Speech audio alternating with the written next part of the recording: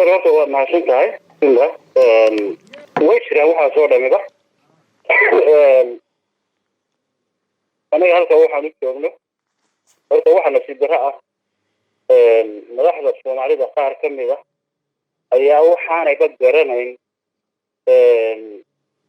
معناها هل كان عن نكتبه وحلو غبان فينا الميشن سكتش وقله مركا وحيث فهم سنين فينا نكتبه معناه كاتبون وكم قيمة بدن وكم مهم سن فينا نكتبه معناه كوين كرسي يلا كرسي يصدق كرسي ولا صوت دورنا هي معناه كوين فينا نكتبه أصلا قارئ كم إذا مدح الصومالي ده دخل دم وأنا فهم سنين وحاول شيء ده أنا هل هو حامل نميت ويكوننا تيجي لوحة لها ضد الصوماليات أو من نمط الصوماليات ضد الصوماليات أو ولا لا أو الشيء ما أو هذا قصور والتشريع تاسبا يكوننا تاسبا لنا تاسبا مارك دم بدن وقالوا تي طبعا نحكي سنة تجي مركا ضد كل أنانيات يكرسي وفكر كيسة أركتيسة هن كيسة أنا دافي اثنين كرسي حلبان بهنتي waxa ay ka u dirisi karaan ama ay ka sheegi karaan ama ay ka qeybin karaan Soomaalinimadan iyo waxa Soomaali ka maqan iyo waxa Soomaali u baahan tahay iyo Soomaali sidka ay marayso iyo waxa ka qaldan sida loo toosinayo ma garan karaan kamana fikiri karaan laakiin waxa moodaa inaan taas laga soo laga furayn oo sanad walba afar sano kadibba halkii wareegii lagu soo noqonayo marka anigu soo aragtay baan halkan joogay markii odayaashan boqolaysan sodonkan xilligaas la aasaasay dawladdii shariif sheekh axmed abduuli gaasar ra'iisul wasaare ka ahaa marka waa xilligii ugu horeysay gobol dhaqanka la sameeyo واحد يقول الرئيسي وإرجوع للصمايو مارك حار في سوماليا رئيسي سهل كان عن ليس بكر وأنا مركز يقول الرئيسي دور شدة سوماليا اللي وقف مقدش مركز أنا أقول وقت ياس ده الله سوى الشغلة فنتي يشرف يا أحمد ومشرحوها الدوري أرجاس مشرحوها يجا جواه نقدر كمان تشيء تشبه شيء يصدق في ديوان جريشوس إنه يكمل لها مركز هذا نوعها نحكي في خصوصا وح فرجينا أو أي قصة ميان مثلاً ما خصوصه شريف شيخ أحمد أنتوا قضيتم من القضايا شدة كأنتوا ويمد مارين وكيري اللي بقى كان عندنا يسوق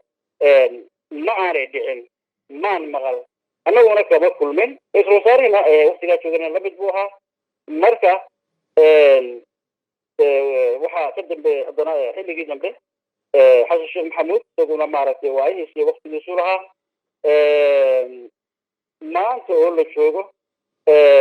ليدنا وحى سعداء وحياة بدل ورنتي إسلام مسجدها وعن Soomaali da u cuntamin kursigana qofka ku fariisanaya Soomaaliya noqonaya waxa madax u noqonaya uu imtixaanaya imtixaankana midna uu ka dhigi doonaa midna uu ku baasi doonaa waxaad moodaa intooda badan daa'ira halka ay imtixaankii aanay ku gudbeen ku baaseen marka waxaan ujeedadaydu tahay markaan soo wareeyo su-aashii weydiisay anagu aniga shakhsiyan xamar layguma soo dooran dadkii xamar xildhibaanada ka soo qorayeen xilligaa u keenayeen mahiga iyo ra'iisul wasaare abdullahi gasmiyi anigu anigoo dhaqana baanimi xamar dadka xilligaa la qoraya anaa wax laga weydiinayay kuwa beesayada anaa soo xulay marka iyadoo laysku khilaafay ra'iisul wasaare madaxweynihii iyo gudoomiyihii maxkamadda sare anaa ii xilsaaranaya adigu soo xul أنا صوح ولا صغري يقولون كان تشوف الديار وأنا هي بس أنا أقول ما هي غفلة صوح ولا qof dhaqan baan ahaa markiisa horeba oo taas laftigeeda tala ku lahaa waxaa isagu gacantiisaba kusoo gudbiyey marka waxyaabaha hadda maaragtay dhex wareegayo waa ta aan leeyahay waxaanay garanayn macnaha halkan anagu aan u joogno waxaanay fahamsanayn ka mid ah dowladda ka mid ah ama madaxda soomaalida ka mid ah anigoo doonay hadda inaan cidna maaragtay aan rabaabin haddana waxaanayba fahamsanayn ujeedadan halka u joogno tobannaan sano waxaan halka u joogno waxaanu maaragtay dhibaatada dee ummadda ku dhex aanu la qaybsanayno waxa anaga dhibsi noo soo gaadhayso waxa dalahayagii ay u lumeen taas baanay garanayn waxa ay tahay inay tahay midnimada soomaaliya waxaa kaloo aanay fahamsanayn in xadhigga maanta midnimo ee soomaaliya iyo somaliland ka dhexeeya inaan annaga nahay baanay garanayn anigu 10 sanaan joogay 10 sano waxbaan rikoogaraynayay waxbaan qorayay bil walba sanad walba wixii dhaca dadkan aragtida nin walba madax uu qabo فكرkiisa wuxuu midnimada ka qabo wuxuu Soomaalinimada ka qabo waxa uu waxqabad sida uu yahay waxa man adeer qoraynay buwaad baan haynaa maanta haddaan go'aan qaadano waxay ka hadlayaan waa wax hoose oo aad u liita runtii baanu jawaabna u baahnayn badankood marka haddaan maanta go'aan ka qaadano oo ariga go'aan ka qaato waa mid Soomaaliya saameyn ku yeelanaya iyo Soomaaliland go'aan kan qaata ma mid iska ciyaar maaha marka waxaas oo dhan baanay fahamsanayn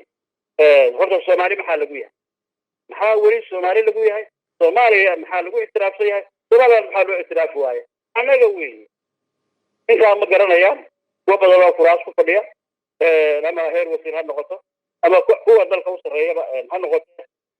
ma garanayaan waxaana qof kasta oo Soomaali oo xil qabanaya muhiim ah inuu horta dantiisa ka horeysiiyo ummadda Soomaaliyeed oo uu garto aqoon u leeyahay oo sida lagu soo xuso oo sida lagu magacaabo ayaa muhiim in la dhiso baarlamaan ka turjubi kara sida in la dhiso wixii qofku markaa laabta ka jecel yahay inuu maaragtay sax maaha isaguna meel kuma gaadhayo waa la soo tijaabiyey waddanka iyo ummadduna meel ku gaari maaya isagu laabtiisa ka jecel yahay hebel iyo heblay dooranaysa aan laabta ka jecelahay ilaahay baa og wixii ku dooranaya kalena wixii ku doortay ma adugay mana filayn waxaan waa lagu imtixaan dadkan adigu dhib iyo dhagar kale ha ka geli iyo dhibaato ha u geysanin waxaana wax walba ugu horreeya fahamka qofku fahmo ummadda Soomaaliyeed maanta waxa ka xun halkay joogaan iyo halka ay u socdaan iyo waxay u baahan yihiin iyo dadka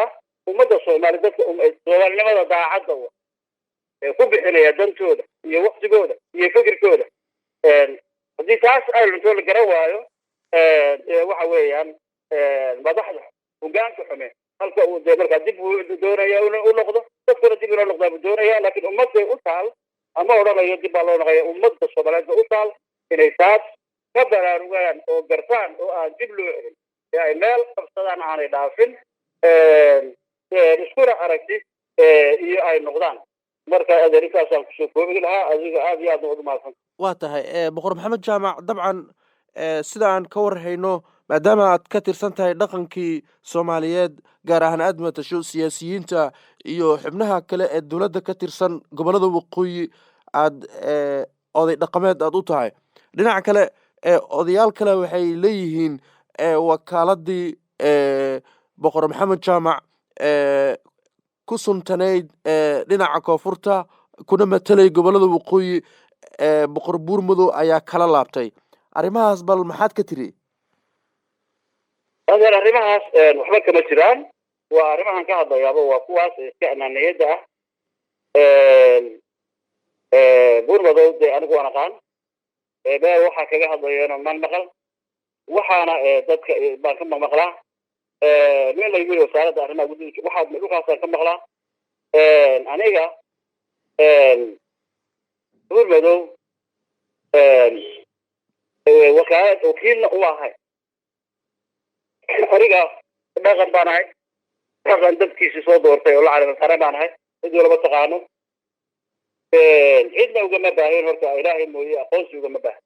ilaahay baan uga baahanahay waxaan u shaqaynaynaa ummadda Soomaaliyeed uur madowna aqoon baan u leeyahay waa shakhsiyaal ismaqaano لكن أريميس أنا هذا وحبة وحبة كشيء مايو سيدا وياهي يصير لغنا مدي شفتاي مدوري هذا وقت هذا هل كان كذا هذا لكن هذه لما وقت دبوا كان الدورة مركبون مدو يعني وكيل لا أمر نغنكر وكاد إجلا من نغنكر وحتى لو يدينا يا qofka tabiican sidee maaragtay aragtida loo fikiraynin aragti hooseysa 20 alif markii golahan dhaqanka aasaasi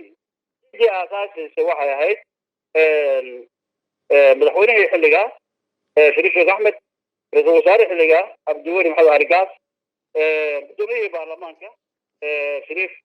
iyo gudoomiye maxkamadda sare عايزين الحنف هذا أصبح فهمتي كاها مركز يا لو يديريا يا عدو وكيل روحه أنا ودنا باره دعاء قف دعاء كنا يا عدو وكيسة عدو وكيل ومن نقطه في كلام مركز الله بيقول مركز لو هالك تشوف الصومالي ترى الصومالي لا تشوف أردن وأنا بتري كلا وكيل وأنا نقطه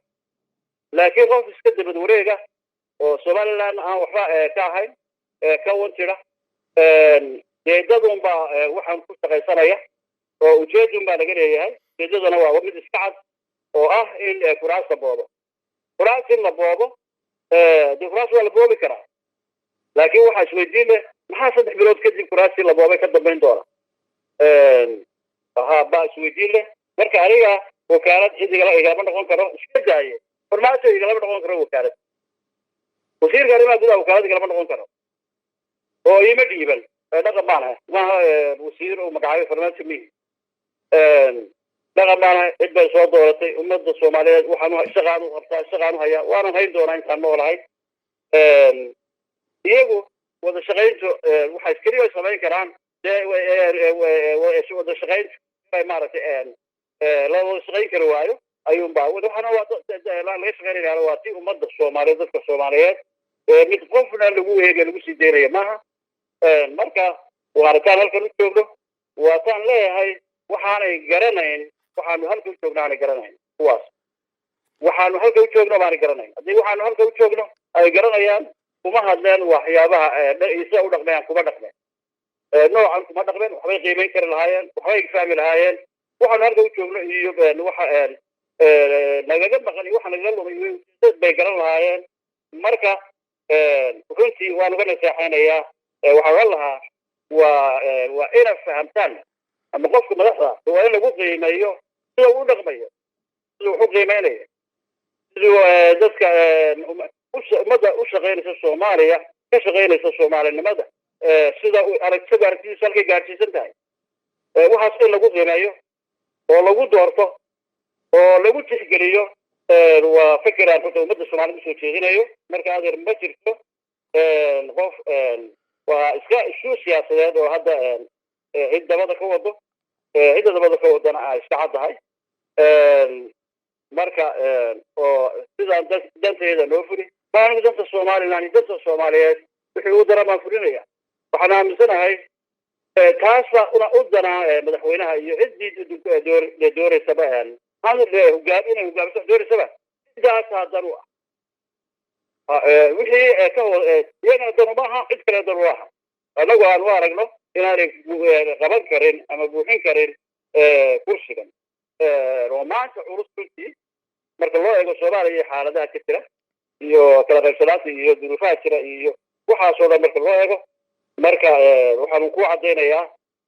ma jirto ida wakiilaha ma jirto sidoo kale kala noqon kartaa ma jirto waqooyi Soomaaliland ama dadka waqooyina wax laqana dhaqan isima oo la doortay oo la yaqaan kaliya baa ka jooga Soomaaliya hariga markay wax xaganayaan soo xagana waa la qiimeynaya adduunkuna wuu qiimeynaya بس عالمكنا وجهه أنا بس عالمكنا وجهه وأقوم واتقان وحصلنا والوجه والله قيمين يا هالك قارسي سيهين يا واحد ربع أنا ما وقت كوا بوا كان دونا أو أنا عدين دونا أنا كوا كرت اللي جايين Soomaaliya walaalnimadeeda iyo horumarkeeda iyo midnimadeeda iyo wada qabsigeeda aan maaragtay aan taas iga iska feefursaagi doonin laakiin dadkan ku baraarujinaya aadna u mahadsan waa tahay ugu dambeyntii maantay guddiga xalinta khilaafaadka doorashooyinka waxa ay markaasi sheegeen in xubinnimadii xildhibaanada ee loo doortay ra-iisul wasaare ku-xigeenka dalka mudane mahdi maxamed guuleed qadar in markaasi ay sax tahay oo khilaafaadkii ka jira ay xaliyeen sidee baad arrintaasi u aragtaa والله تاس إيه هذا يقول حوارات كإيه كم سورة لو إجمدي أو في شقية هاوساس يجا مركب هرنا أبشر كتير هذه أي عرشدي حاليا ومحسيهين لكن وهول يجو أي كم مسؤولين هنا بمدح بنايهين واري كل محسيهين شغادة أي قبتين أنا وعدالة نقول شقية وذكر عدالة نقول شقية ودك عدالة شيء مباميه ولو بهاي taas ugu lagu gaari karaa marka hawshaas dee gudida ayuu baa loo weydiin karaa wixii inta ka faahfaahsan waa shaqadii ay u egmanayeen wixii ay dee qabteen baana saxabana aaminsan